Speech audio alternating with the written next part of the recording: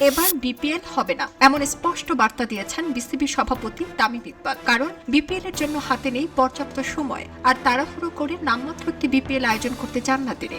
বাংলাদেশের ক্রিকেটারদের আয়ের সবচেয়ে বড় উৎস বিপিএল, তাই এবার বিপিএল না হলে খেলোয়াড়দের আর্থিক ক্ষতি হবে বিষয়টি ভালোভাবেই জানেন তামিম। তিনি বলেন, আমি খেলোয়াড় থাকলে নিজেও হতাশ হতাম, তাদের আর্থিক ক্ষতি হবে এটি আমি স্বীকার করি, কিন্তু তারাও বোঝে যে এই টুর্নামেন্টটা এমন হওয়া উচিত যা নিয়ে বিসিবি গর্ব করতে পারবে। গত কয়েক বছরে যা হয়েছে তাতে বিপিএল নিয়ে আমরা গর্বিত না।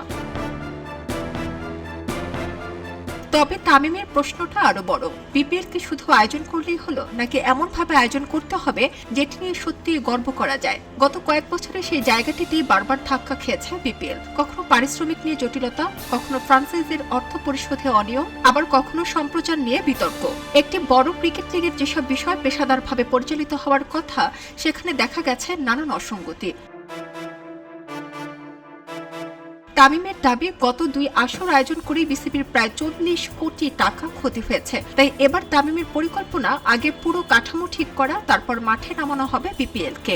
সময় লাগলে সময় নেবেন, 6 মাস লাগুক কিংবা 12 মাস। তাড়াহুড়ো করে আয়োজনের চেয়ে তিনি চান একটি গোছানো, টেকসই ও দর্শক খেলোয়াড় ফ্র্যাঞ্চাইজি সবার কাছে গ্রহণযোগ্য বিপিএল। কারণ তামিমের চোখে বিপিএল কোনো ছোট আয়োজন নয়, এটি বাংলাদেশের ক্রিকেটের একটি গ্রেট প্রোডাক্ট। সঠিকভাবে পরিচালনা করতে পারলে এই টুর্নামেন্টের প্রতি সকলের আগ্রহ বাড়বে। তাই এবারের বিপিএল না হওয়া হতাশার নয়, বরং আরো ভালো একটি বিপিএল এর জন্য বিরতি। তামিমের ভাষায়, বিপিএল আয়োজনের ইচ্ছা 1000%। শুধু এবার তার লক্ষ্য একটাই, তাড়াহুড়োর বিপিএল নয়, এমন বিপিএল চাই যেটি নিয়ে বাংলাদেশের গর্ব হবে।